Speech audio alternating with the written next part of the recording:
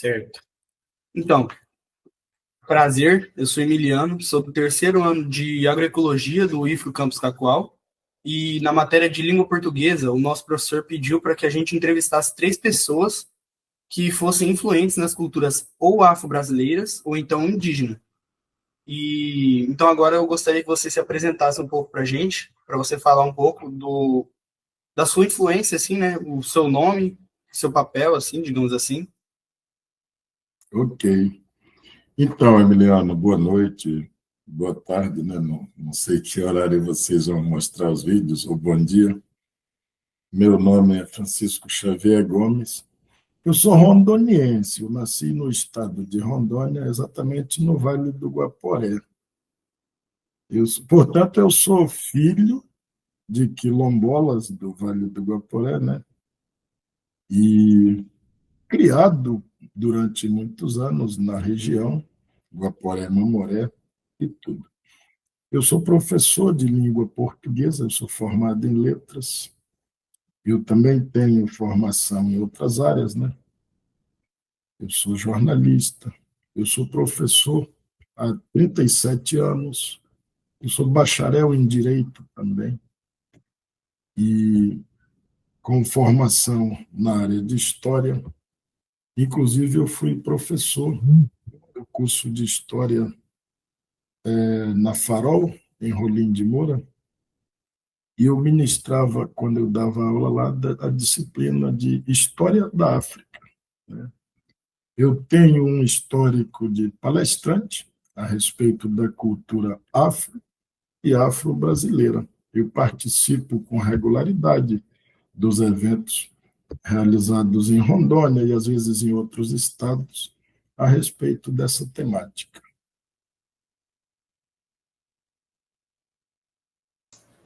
Perfeito, então. Aí a gente tem três tópicos assim que a gente vai falar com você nas perguntas, né? Que é o tópico histórico, o linguístico e o cultural. Vou começar aqui pelo Entendi. histórico, já vou mandar uma pergunta aqui para você, para a gente começar, né? Sim. Como os eventos históricos moldaram as instituições políticas, sociais e econômicas que temos na atualidade?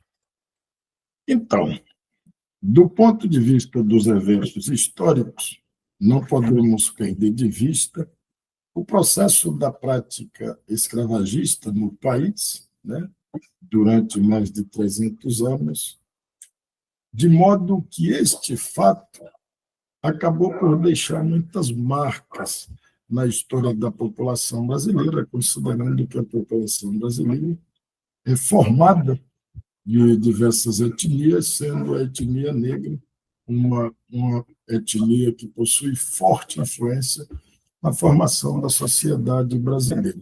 Você perguntou ainda o que mais a respeito dessa questão histórica? É, como esses eventos históricos moldaram as instituições políticas, sociais e econômicas. Isso. Do ponto de vista político, é, houve um sentimento de muita repressão que acabou por relegando a comunidade negra brasileira, muitas vezes a segundo plano, isso tanto do ponto de vista político, quanto do ponto de vista social e econômico, uma vez que os próprios dados estatísticos que o Brasil tem a esse respeito mostram que há diferenças evidentes do ponto de vista salarial, quando se trata de pessoas da etnia negra, do ponto de vista hierárquico, por exemplo, na contratação de pessoal em determinadas empresas, e até mesmo da ocupação de postos em determinados setores da administração pública do país.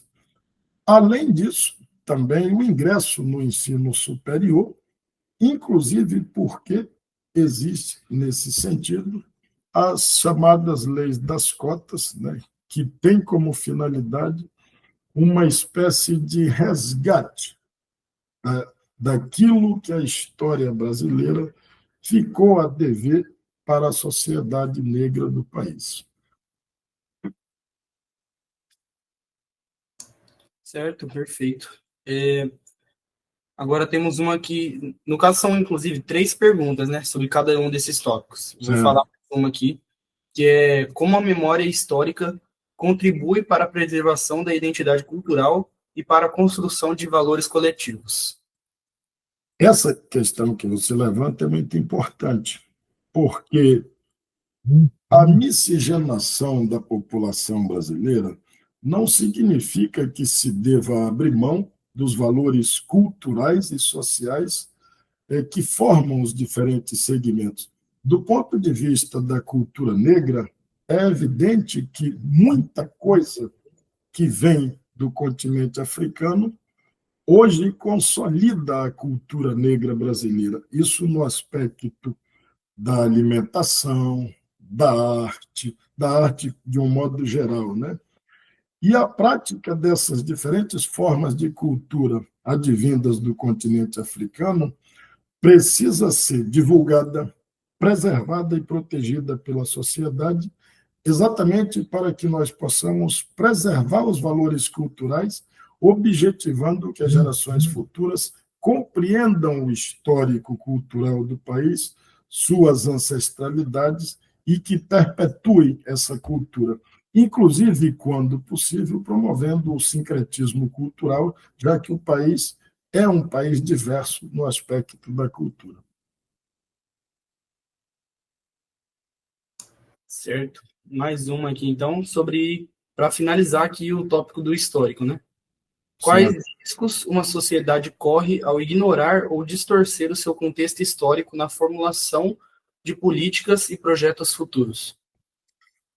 Uma nação que abre mão de seus registros históricos, de seus valores históricos, que abre mão da ancestralidade da sociedade, ela vai perder valores no tempo, de modo que isso vai desvirtuar os caminhos sociais, culturais, familiares dos diversos setores da sociedade. Daí porque a preservação desses valores implica evitar o risco de se perder a memória. Um povo sem memória é um povo sem cultura, né? E a memória da cultura negra na história do Brasil, ela é enraizada no nosso histórico. Perder esses valores significa tirar das gerações futuras o direito de promover a cultura da nossa etnia. Perfeito. Eu vou agora passar para a parte das perguntas sobre o tópico da linguístico, né, relacionado à cultura afro-brasileira. Vou começar Certo. de que forma a diversidade linguística pode enriquecer ou dificultar a integração social. No meu ponto de vista, a diversidade linguística é fundamental para uma sociedade. No caso específico do Brasil, né, nós temos em mente que, primeiro, o idioma ele não é algo estático, o idioma é algo vivo. Daí porque ele precisa se perpetuar e se expandir. É necessário que haja o surgimento de novos vocábulos, é necessário que isso seja ampliado. E o histórico linguístico brasileiro ele é importante porque ele possibilita dizer que a sociedade está viva, né? O idioma de um povo é seu maior símbolo cultural. Então, eu vejo como uma coisa positiva o surgimento de novos vocábulos e a relação que isso permite na comunicação social, a integração que isso possibilita. Claro que há linguagens regionais que nem sempre são acessíveis a toda a sociedade, mas a preservação dessa maneira de linguagem regional é super importante para manter os valores e o sentimento de pertencimento de determinada comunidade, de determinado segmento da sociedade. Especificamente no meu caso, nós temos diversas expressões e palavras próprias do Vale do Guaporé, né, que é uma região predominantemente negra, e que tem um histórico importante na cultura do país. O idioma é fundamental para a propagação de valores culturais.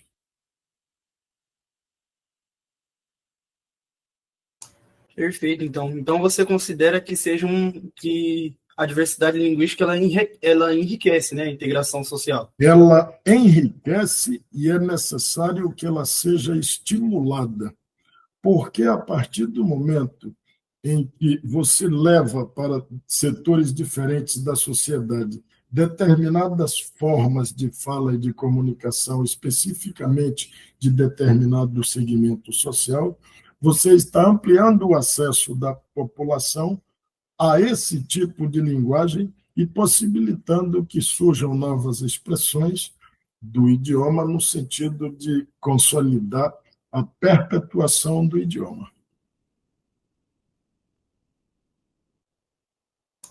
Certo. Então, e como a língua contribui para a preservação e transmissão da cultura de um povo? Olha, a língua é o principal veículo de comunicação da humanidade, embora haja outros modos, né? Mas você vê, por exemplo, na poesia, na literatura de um modo geral, na música, isto possibilita registros de fatos, isso possibilita reivindicações de direitos sociais, isso possibilita consolidar conceitos do ponto de vista do respeito que se deve ter pelos valores culturais. Assim, por exemplo, é necessário que todas as pessoas contribuam para que a comunicação seja cada vez mais ampla, seja na música, seja na poesia, seja na prosa, do ponto de vista de ampliar e manter a forma de comunicação falada ou escrita, consolidando todas as formas de cultura brasileira. Entendi. Tá, então eu vou mandar mais uma pergunta aqui, que é como o domínio ou a exclusão linguística influencia a participação social, política e econômica dos indivíduos em uma comunidade? Você fala de influência linguística em determinada comunidade.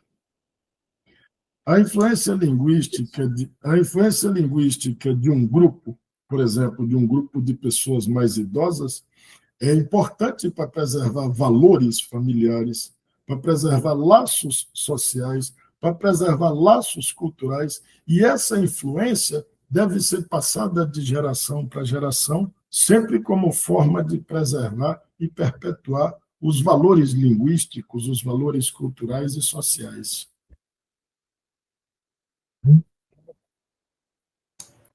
Certo, então. Mas como que mas como que o domínio ou a exclusão dessa língua influenciaria essa participação social ou O, política na o, comunidade? o domínio dessa língua por determinado grupo possibilita que isso se ramifique para outros grupos. Por outro lado, a exclusão dessa língua empobrece a cultura, porque muitas vezes a forma de falar de determinado grupo social é exatamente a transmissão de valores culturais. Portanto, a exclusão de uma língua ou de um dialeto, ou que seja de um idioleto, ele representa prejuízo do ponto de vista de se propagar informações relacionadas com aquele grupo. Ah, tá. Então, perfeito, então. E a última aqui para fechar a parte das questões linguísticas. Em que medida as variações linguísticas refletem e reforçam as desigualdades sociais e culturais dentro de uma sociedade? As variações linguísticas, sejam elas sociais ou econômicas, elas vão refletir que a sociedade brasileira, lamentavelmente, tem castas. Muitas dessas castas são privilegiadas. Esses privilégios são expostos na forma de falar de determinado grupo, de determinada região, de determinada comunidade. Então, por exemplo, quem tem o domínio da forma padrão do idioma, presumidamente, muitas vezes, possui privilégios que as pessoas de menos acesso a esse domínio do padrão formal acabam por não ter. Isso implica inferioridade do ponto de vista social para muitos, né?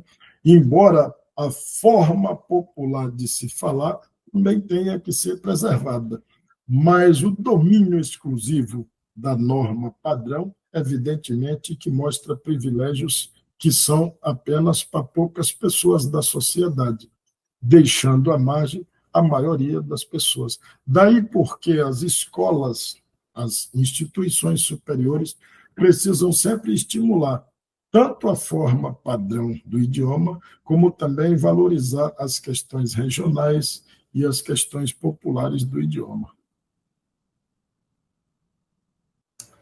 Perfeito. Agora, então, a gente vai passar para o último tópico aqui agora, para o último tema, sobre as questões culturais, né, da cultura afro-brasileira. Certo. De que forma a preservação e a valorização cultural contribuem para a identificação e o sentimento de pertencimento de uma comunidade? Veja, de que forma contribui, né? Isso. A contribuição que se tem da questão da cultura afro e afro-brasileira é a questão da autoestima da população, do respeito por seus valores históricos, do respeito pela sua ancestralidade, porque quando o indivíduo conhece sua história, quando ele conhece sua cultura, ainda que no caso da cultura negra tenha raízes em outro continente, é importante que ele tenha a sensação de pertencimento para que ele eleve sua autoestima e para que esse indivíduo também possa contribuir para a divulgação de todas as formas de cultura de sua etnia. Certo. Então, em que medida a diversidade cultural pode promover o diálogo, a cooperação e o respeito entre diferentes grupos sociais, favorecendo o desenvolvimento coletivo? A diversidade cultural deve ser praticada sempre de maneira que sejam respeitadas todas as etnias. Se não ocorrer o respeito pelas demais etnias, isso corta vínculos. Como o nosso país é uma sociedade altamente miscigenada, todas as pessoas que tratam da cultura afro-brasileira, da cultura das comunidades indígenas, das demais etnias que formam a sociedade brasileira, todas as pessoas que atuam, que desenvolvem algum trabalho sobre cultura de determinada etnia, possuem também a obrigação de estimular, de incentivar e mostrar as demais formas de cultura, porque isso consolida a miscigenação brasileira. Então, não há cultura que seja mais importante do que a outra. Não há cultura mais importante da etnia negra, ou da etnia indígena, ou da etnia asiática, ou da etnia branca. Todas as formas de cultura são muito importantes. E a harmonia da promoção de atividades culturais, da promoção dessa diversidade, contribui de maneira significativa para a organização da sociedade. Perfeito. Então agora vamos fechar aqui com as entrevistas. Na última pergunta aqui, que é quais os riscos uma sociedade corre ao ignorar ou distorcer o seu contexto histórico na formulação de políticas e projetos futuros? Quando há distorções